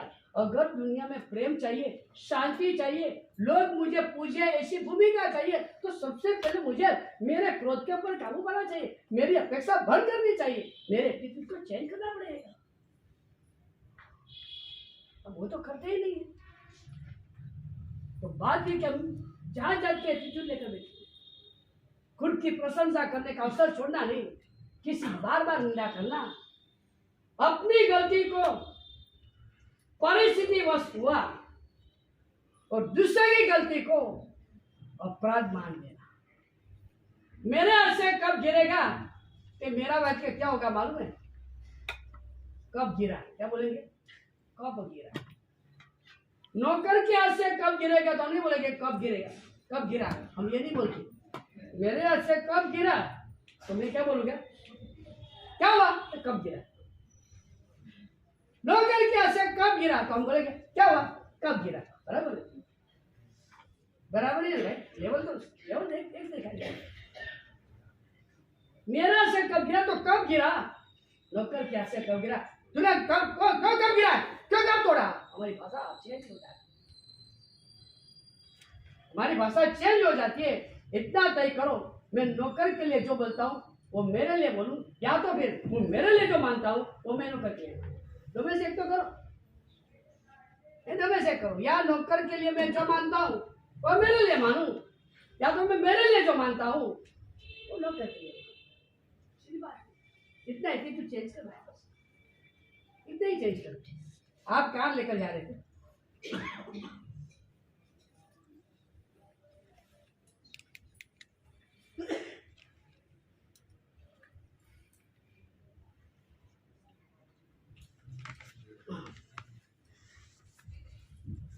आप कार लेकर जा रहे थे, मैं तो आपको मना कर रहा हूँ, कार सीखना ही नहीं, कार रखना है। जब जरूरत पड़े तो टैक्सी है, रिक्शा है, सब फिजूल का उसका खर्चा करना, फिजूल का उसकी पार्किंग की व्यवस्था। और आपके घर में कार आई ना तो आपका 16 साल का 18 साल का लड़का कहेगा पापा मैं ड्राइव के लिए ले जाता हूँ, फिर नया जोखम पैदा होता है, बहुत सारा रिस्क पैदा होता है। तो मैं तो कहता हूँ कार रखना ही नहीं, चाहिए ही नहीं। अरे टैक्सी में जाएंगे, रिक्शा में जाएंगे, क्या बात। लेकिन सर इतना सुंदर बंगला बनाया है तो पार्किंग के लिए कुछ तो चाहिए। ठीक है, आपकी इच्छा है तो पार्किंग के लिए 5 कार 4 लाख जो रखना वो पार्किंग के लिए रखना, बाहर निकालेंगे पार्किंग के लिए रखना, अच्छा रहेगा। अरे सब कार है तो फिर बाहर तो ले जाना पड़ेगा। टैक्सी सीखना करो, ड्राइविंग नहीं सीखना। क्यों? क्योंकि अनुभव ये बोल रहा है जो कार ड्राइविंग सीखता है ना वो गाली बोलना भी सीख जाता है। अगर मैं गलत हूँ तो बोलो।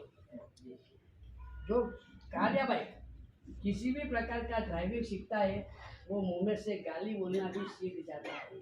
अगर ये बात गलत है तो हाथ ऊंचा कर सकते हैं। जिनको बाइक या कार ड्राइविंग आता है और जिसने ये आने के बाद कभी गाली नहीं बोली है, ऐसे भाई हाथ ऊंचा कर, मुझे उसका दर्शन करना।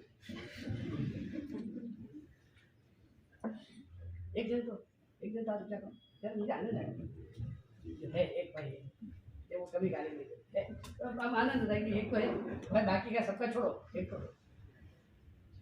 ये भी है, चलाते और गाली नहीं बोलते। कार नहीं सीखा, वो बात अलग है।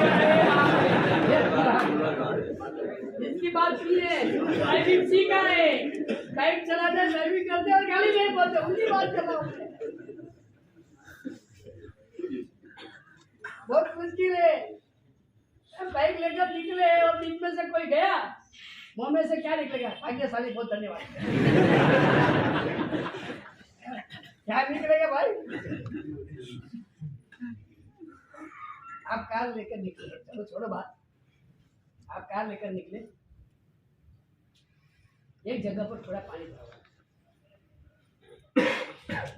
आपको ख्याल नहीं रहा वो कार का एक व्हील वो पानी में से निकला, पानी की छलका हुई, बाजू में से एक भाई जा रहा, उसके कपड़े पर पानी का थोड़ा छटका हुआ।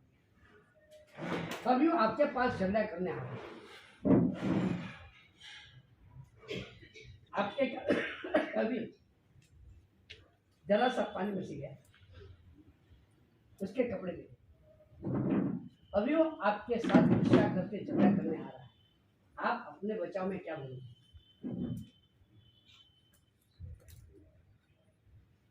आप अपने बचाव में क्या बोलोगे? कि बचाव नहीं करेंगे, सॉरी कह के बात पूरी करोगे। आपने सॉरी तो कह दिया, अब भी समझ है गलती तो हुई है, सॉरी सॉरी, वो पकड़े बेटा सॉरी, ये मेरा कपड़ा भी हो, सॉरी, ये सॉरी वही मैं नहीं जानता हूँ। अगर वो गुस्सा करता तो आप अपने बचाव में क्या कहेंगे? जो भी बोलो ना, जो भी बोलो उसको रिकॉर्डिंग कर लेना,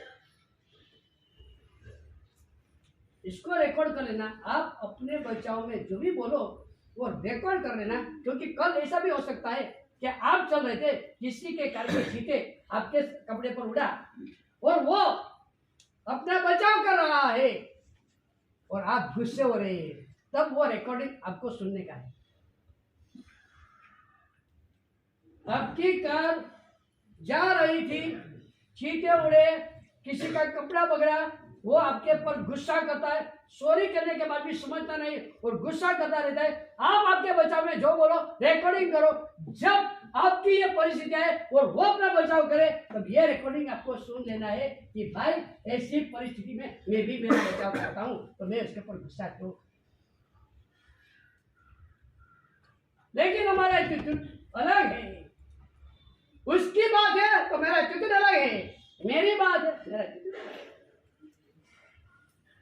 ये जो हमारी गलती है उसका पूरा शीर्षासन करना, एक तय करो हर जगह पर। मैं आपको क्या बोलूं, भगवान महावीर स्वामी की बात करूं, संगम को जब जा रहे थे, संगम 6 महीना तक भगवान पर उत्सर्ग किया, तो आपको पता है एक रात में 20 और टोटल 6 महीने तक भगवान के पीछे पड़ा। 6 महीने तक भगवान को इतना हैरान किया, इतना परेशान करने की कोशिश किया। भगवान पहुंच ही जाते तो पहुंच ही नहीं मिलती। भगवान अपने कौशल ध्यान में स्थिर थे। कौशल ध्यान में अपन भाषा भी वो जान उसका भगवान के शरीर में प्रवेश करके कोई लड़की खाट पकड़ता है, जिससे लोग भगवान को मारे। क्या क्या नाटक नहीं किया उसने। 6 महीने तक भगवान को जात जात से कष्ट दिया। 6 महीने के बाद वो जा रहे थे, भगवान की आंख में आंसू आ गए। भगवान की आंख में आंसू आए। वो संग्राम भी है,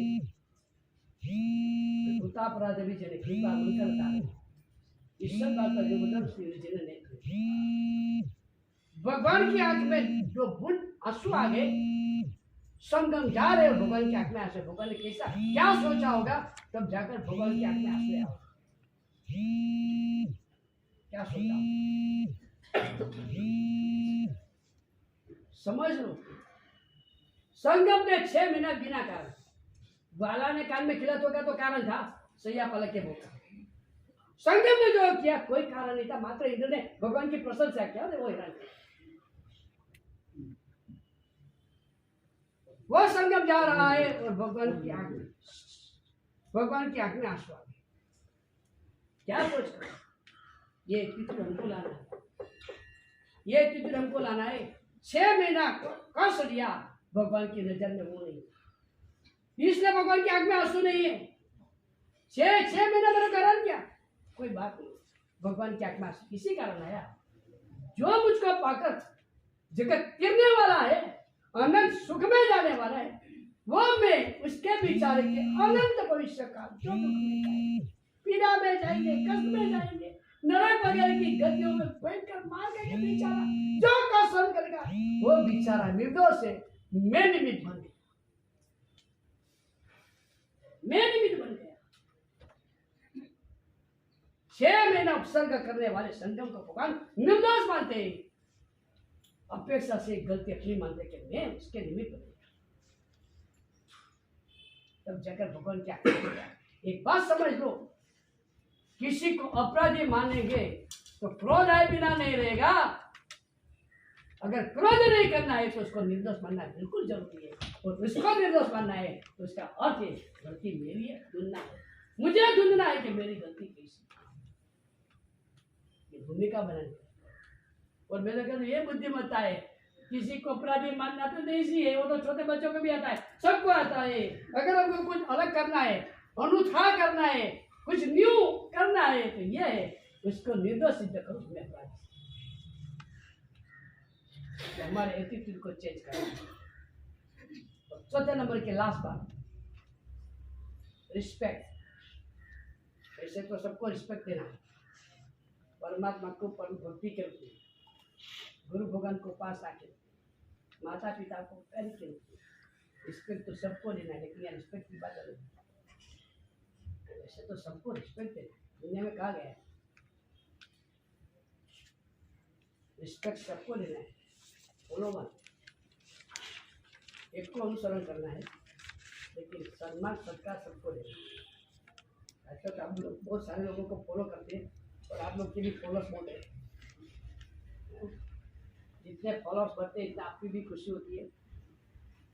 मेरे फेसबुक पर 5000 फॉलोअर्स है, और इंस्टा पर मेरे 2000 फॉलोअर्स है। इतना आनंद हो जाता है दुनिया में, आपकी तो खुशी हो जाती है।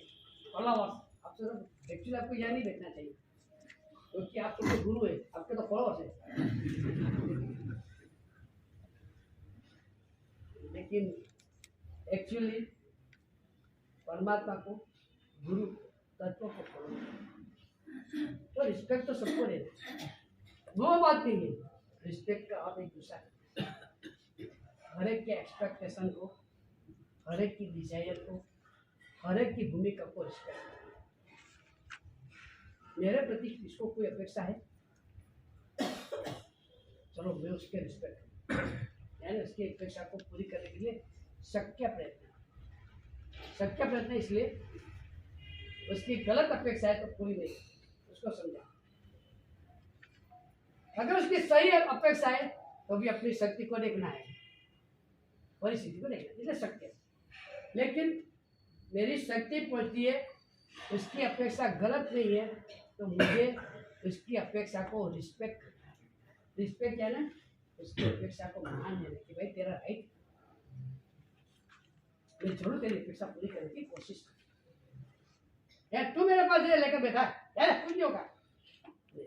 दूसरे के एक्सपेक्टेशन को रिस्पेक्ट, उसको मान लो। लोकप्रिय होने का ये रास्ता है, किसी के चेहरे पर खुशी लाने का ये रास्ता है। एक भाई उदासी में जा रहे, चेहरा एकदम गिरा हुआ, सामने से संत पुरुष जैसे आ रहे, दोनों की नजर मिली और संत पुरुष ने स्माइल की। पहचानते नहीं, एक दूसरे को पहचानते नहीं, लेकिन जिसके पास स्माइल का खजाना है वो स्माइल देता है, जिसके पास ये चेहरा गिराने का खजाना है, मूड आउट का खजाना है, और दूसरे को मूड आउट की प्रॉब्लम। तो संत तो सज्जन तो महापुरुष तो ये उनके पास तो स्माइल का ही खजाना रहता है। उनको क्या टेंशन है, टेंशन तो आप लोग लेकर बैठे सारे। पेट्रोल का भाव बढ़ता है तो हमको टेंशन थोड़ा है, आपको टेंशन हो रहा है भैया भाई पेट्रोल का भाव बढ़ता जा रहा है, भाव बढ़ता जा रहा है, टेंशन तो आपको, हर बात का टेंशन आपका है। सुबह कौन सा कपड़ा पहनना, दोपहर को कौन सा कपड़ा पहनना, शाम को कौन सा कपड़ा पहनना। अरे शिविर में आने में कितने भाई लेट आते, कितनी बहन हमारी, क्यों तो कौन से कपड़े पहनना, मजाक कर रहा हूँ, दूसरा कोई नहीं। आपके पास टेंशन है क्योंकि आपको हर जगह पर इतने सारे विकल्प खुल लेते, ये करना कि वो करना, ये करना क्या, हमको तो कोई, हमारा तो कंप्लीट एक ही ड्रेस, तो हमको तो कोई टेंशन ही नहीं है। पेट्रोल का भाव बढ़े तो भी टेंशन नहीं है, आपके पास करोड़ों रुपया है तो भी टेंशन है कि अगले साल क्या होगा, अगले बरस क्या होगा, ये क्या होगा, कितना टेंशन है। पिछले साल 50 लाख रुपया कमाया, 20 लाख का खर्चा हुआ, 30 लाख बचे हैं जिसमें आप पूरा साल चल सकता है। ये साल 50 लाख की जगह 40 लाख हो जाए तो भी आपको टेंशन आ जाता है कि मैं 50 का 40 कैसे हो गया। अरे भाई तुम्हारे पास रुपया तो बचा, टेंशन क्यों ले रहा है, हम उसके भी टेंशन लेते हैं। और साधु भगवान को कल बिहार में कौन सी जगह मिलेगी उसका भी टेंशन नहीं। हम आए गुंटूर से बेंगलुरु 250 किलोमीटर 40 किलोमीटर, बोलो कितने जैनों के घर है, कितने उपास है, ये कैसी कैसी जगह पर रहने को मिलता है। कभी अच्छी भी मिल जाते बस, और कभी बिल्कुल बेकार भी मिलती है। तो टेंशन लेना कि नहीं, लारे भाई इसी तरह से कि थोड़ा चलता ऐसे कैसे पूरा दिन जाएगा, अरे तो बहुत भारी हो गया। साधु पुरुषों ने तय कर लिया है कोई बात का सर पर भार रखना ही नहीं। जब दीक्षा लिया है तब से भगवान के भरोसे, गुरु के भरोसे छोड़ दिया है। क्यों टेंशन लेना, चेहरा क्यों छोटा करना, जो होगा वो होने वाला ही है। लेकिन आप पूरी दुनिया का टेंशन लेकर बैठ जाते हैं, अरे भाई ये होगा तो क्या होगा।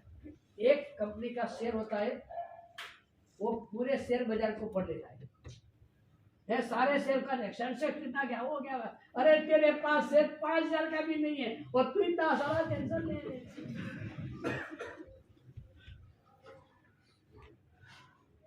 बात ही रिस्पेक्ट, दूसरे की अपेक्षाओं को पूरी करने की कोशिश करें। आज तक हमने दूसरों के पास से बहुत अपेक्षा, आज मुझे कोई अपेक्षा रखनी नहीं है, मुझे हर एक की अपेक्षा को पूरी करने की शक्य कोशिश कर, रिस्पेक्ट देना इसकी अपेक्षा को, उसको राइट है, उसको अपेक्षा करने का राइट है। मेरी ताकत जितनी पहुंचे मुझे उसकी अपेक्षा पूरी, वापस कहता हूँ सोच समझ कर करेगा। वापस सबकी सब अपेक्षा पूरी करनी जरूरी नहीं है, जरूरी नहीं है कि भाई हमको सब अपेक्षा पूरी करनी है, ऐसी कोई जरूरी नहीं। हमको एक साथ पूरी करने की कोशिश जरूर करें, लेकिन सब करके बेचना है ऐसी जरूर। तो रिस्पेक्ट अदर्स एक्सपेक्टेशन, दूसरे की जो परिस्थिति है संजोग है उसको रिस्पेक्ट करें। आज एक व्यक्ति गरीब है, हो सकता है उसके पापों ने का नहीं, तो आज वो गरीब को भी एक रिस्पेक्ट दो। हो सकता है भविष्य उसका उजला है, भिखारी संपत्ति राजा बन सकता है,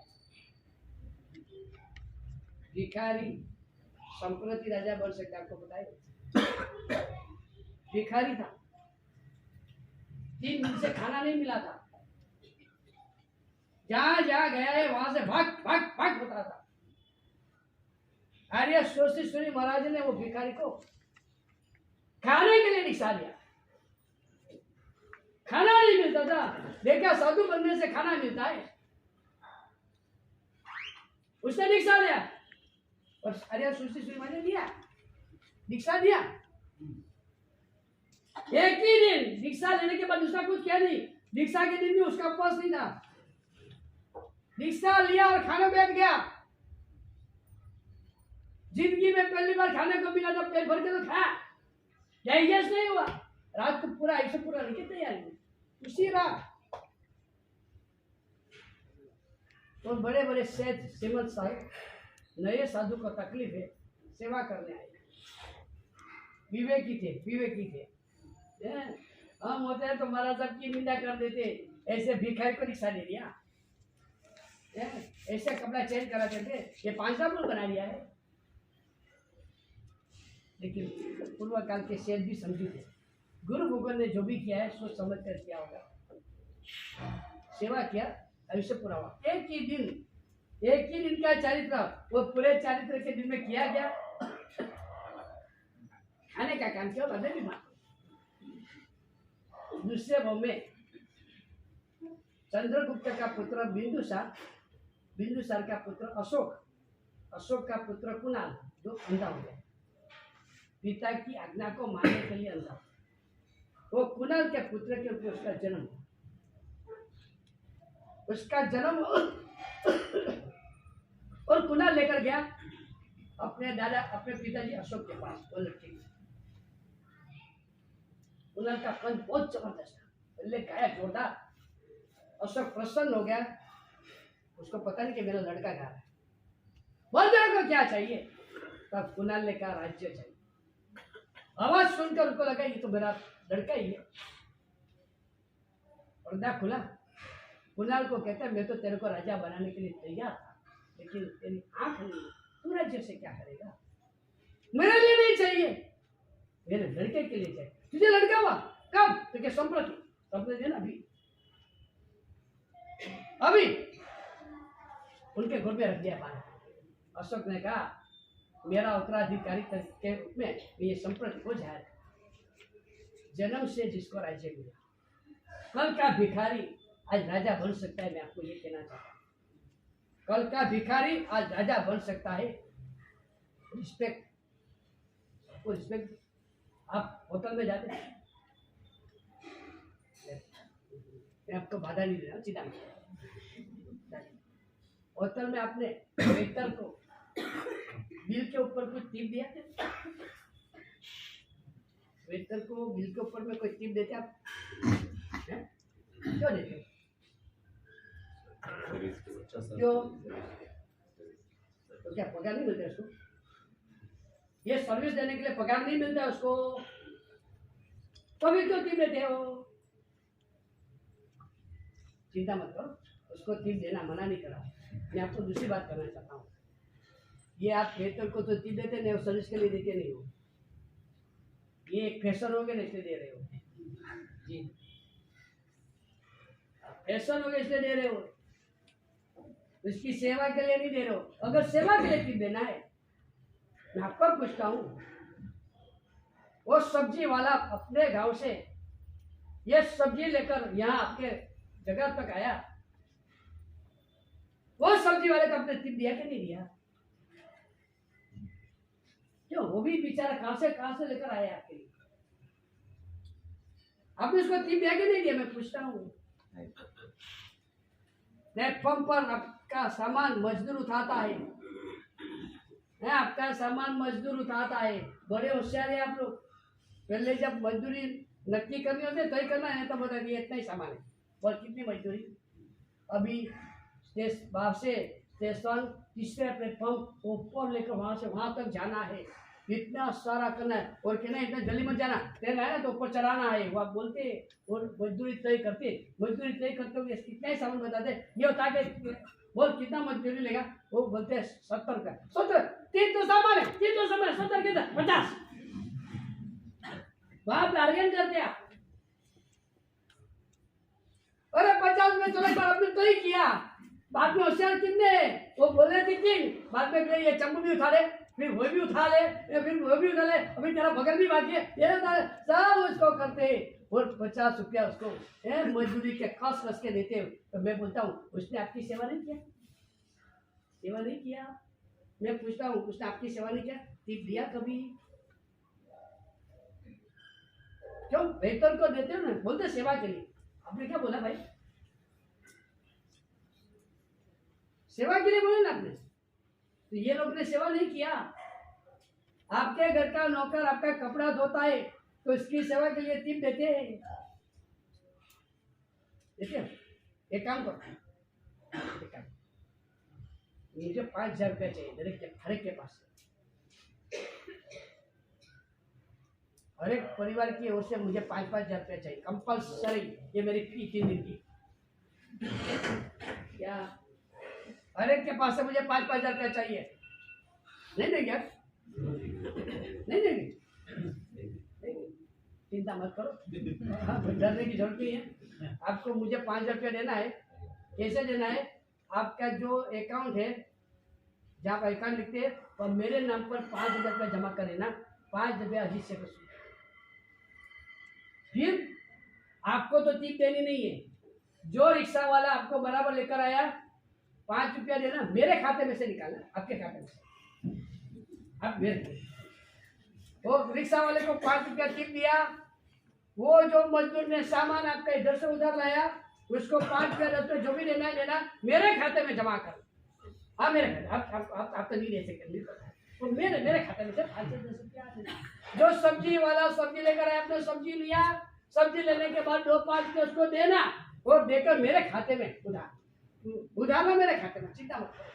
आपके नौकर ने कपड़ा धोया, वो कुछ भी किया, नौकर को 5 रुपया देना, रोज रोज देना, जो 5 रुपया देना, मेरे खाते में उधार करना। चिंता मत करना, मेरे 5 रुपया बोल रहे हैं ना भाई, उसमें उधार करते जाना, करते जाना, करते जाना।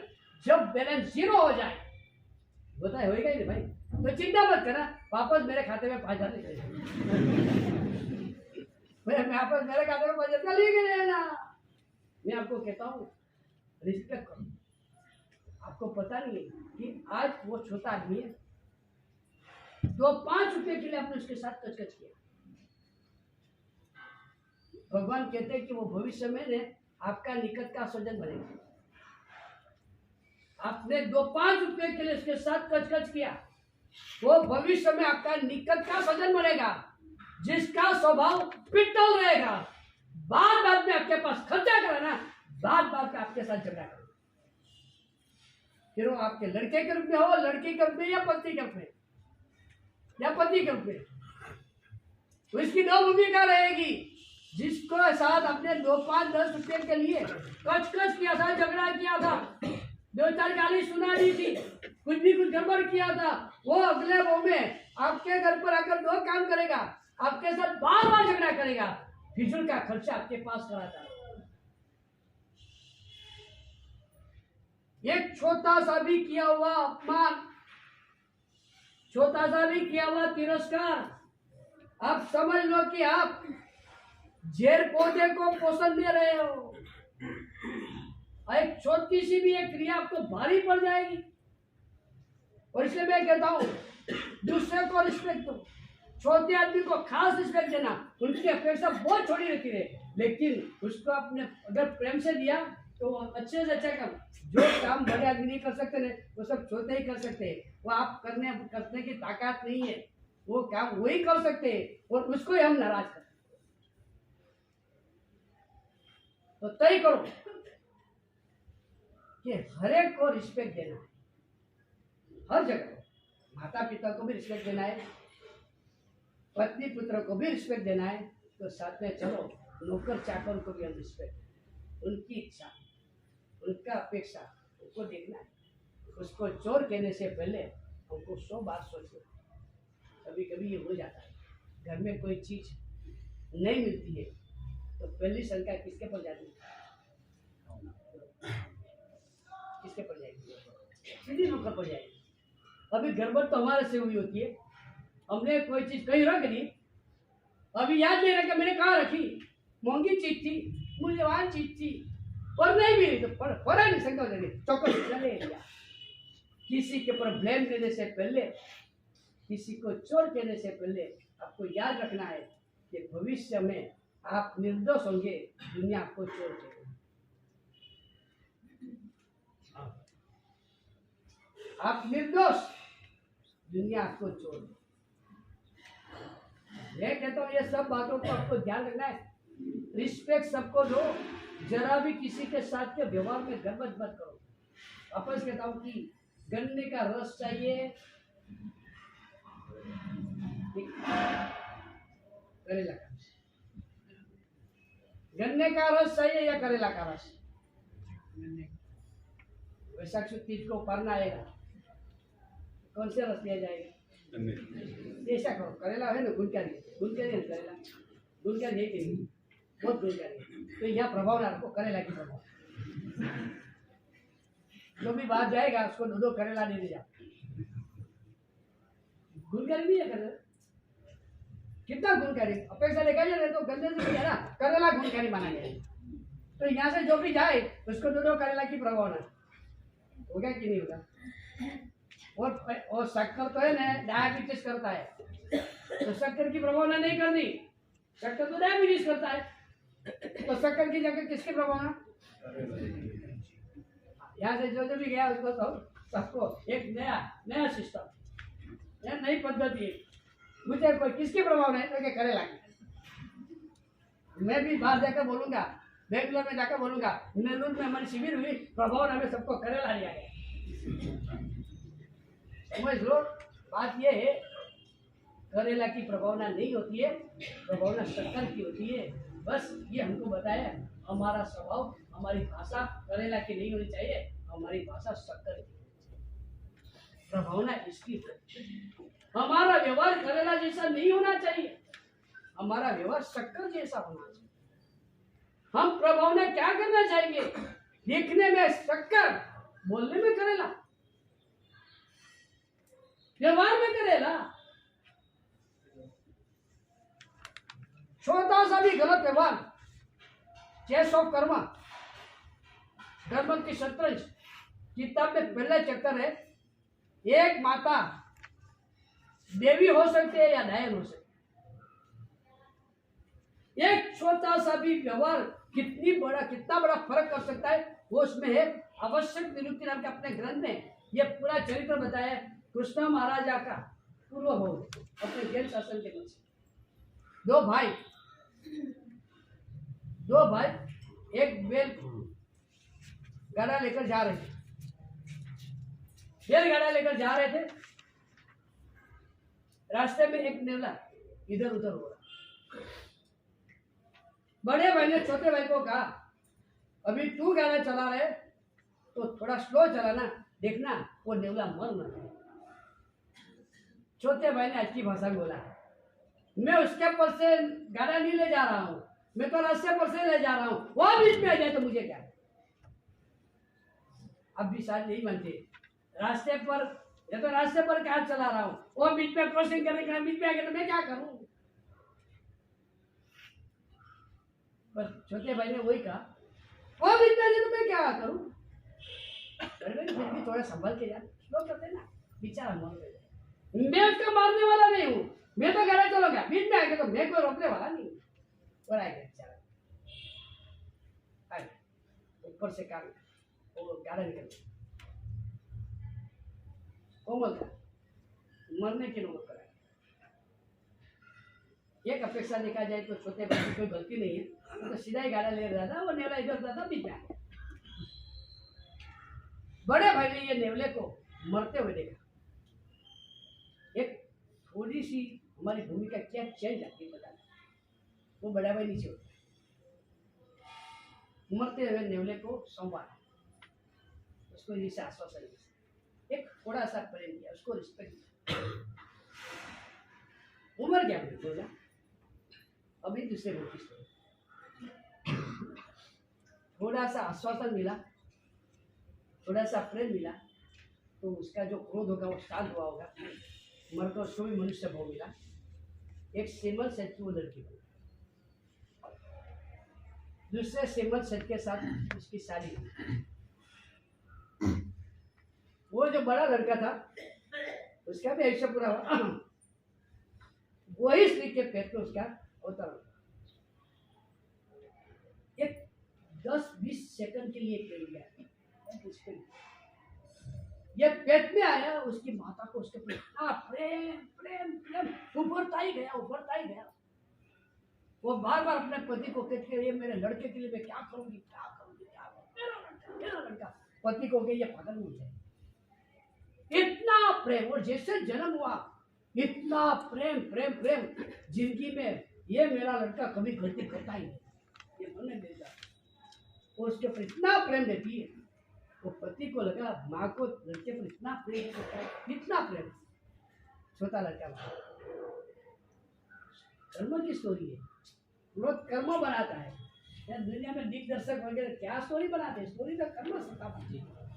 वो भी इसके पेट में आया, जो दूसरा गुजरा वो भी उसके ही पेट में आया। और इसकी माता को जो द्वेष उत्पन्न हुआ है, एबॉर्शन कराने के लिए जो प्रयत्न किया, वो पुण्य लेकर आया था।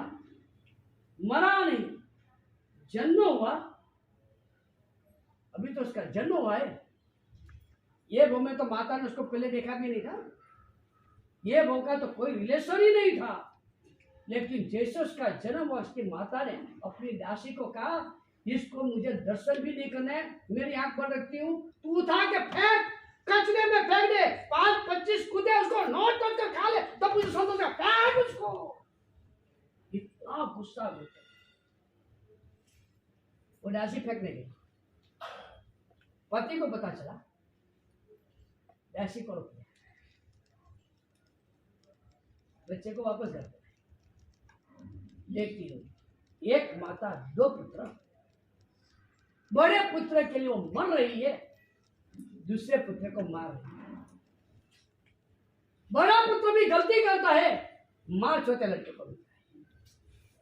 घर के लिए मजा, सारे प्रकार की मजा बड़े को करने का, वो मजा करने के बाद जो मजदूरी करनी है वो छोटे को कर देते। सब दूध पाक पिएंगे और दूध पाक के बर्तन तेरे को घिसना पड़ेगा। इतना त्रास दिया, और लड़के ने पकड़ दीक्षा लिया। बाद में वो दूसरे भाव में वो पुष्पा महाराजा बने। वो बड़े लड़के को अपने छोटे भाई पर इतना प्रेम था, उसने भी दीक्षा लिया, और दूसरे भाव में बलराम। थोड़ा सा रिस्पेक्ट दिया, प्रेम दिया,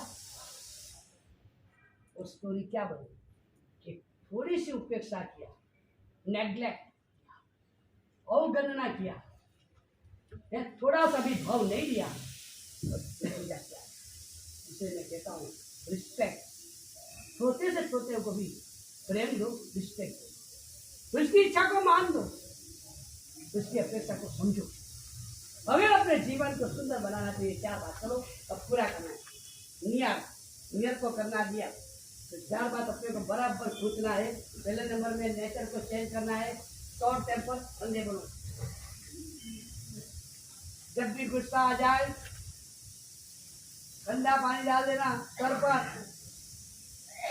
एक स्टिकर लगा लो, अब गुस्सा आ रहा है, beware, beware, beware।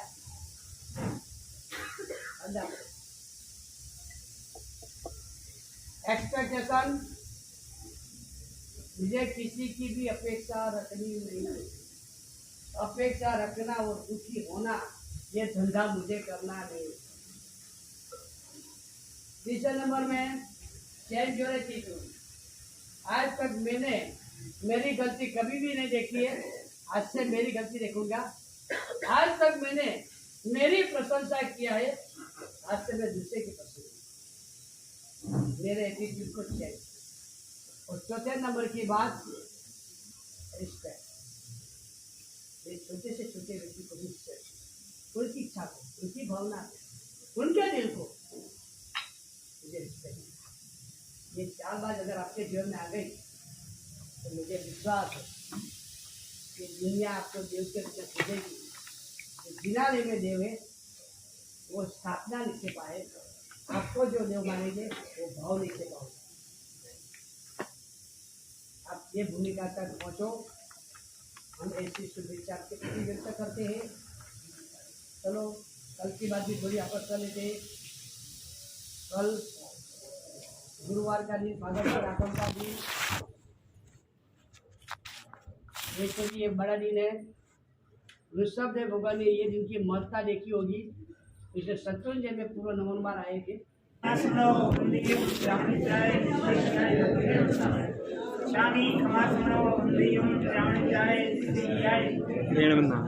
चकार सुधराई तप शरीर निरापाद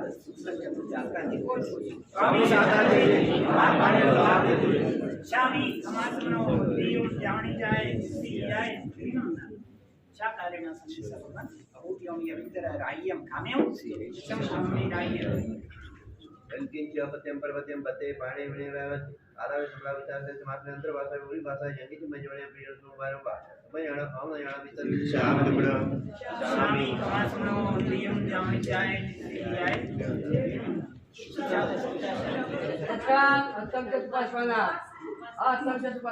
सुरोगे अडमसे छडमसे बडमसे जम्बियन निमेर समानगम संतसा बैठन बाणा पोसी सातपोसी सूर्य को पूरे मुंडे समझ के संबच्छन का साउंड मुतसन बाणा से लेनो लेनो छेनो बोलना से वो सिरे आप मेरे लेकर सुनो बेसुनो नौकार से पोसी सकता उबे दोगार सी पोसी सातपोसी सूर्य को पूरे मुंडे समझ के मेरे समानगम संबच्छन का साउंड मुतसन एमबी ने निवी गई बिगई बचकाई बाणा से लेनो की तो कुटुंब बैठन मुतसन का समझ बचकाई जम्बियन मसम का संतस सागर आउट ऑफ ग्रुप उठाने बैठने मुतसन बाणा से लेनो लेनो छेनो बोलना से वो सिरे ओम नमो जीनानाम शरणानाम मंगलानाम लघुत्तमानाम राम रेम रोम रैम रोम राम वसियाउसा त्रैलोक्य लीलाम भूताय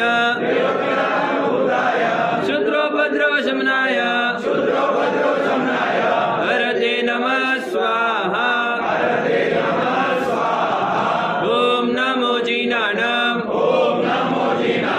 शरणानाम मंगलानाम लघुत्तमानाम राम रेम रोम रैम रोम रः वसियाउसा त्रैलोक्य लीलाम भूताय शूद्रोपद्रवशमनाय हरते नमः स्वाहा ओम नमो जीनानाम शरणानाम मंगलानाम लघुत्तमानाम राम रेम रोम रैम रोम रः वसियाउसा त्रैलोक्य लीलाम भूताय शूद्रोपद्रवशमनाय हरते नमः स्वाहा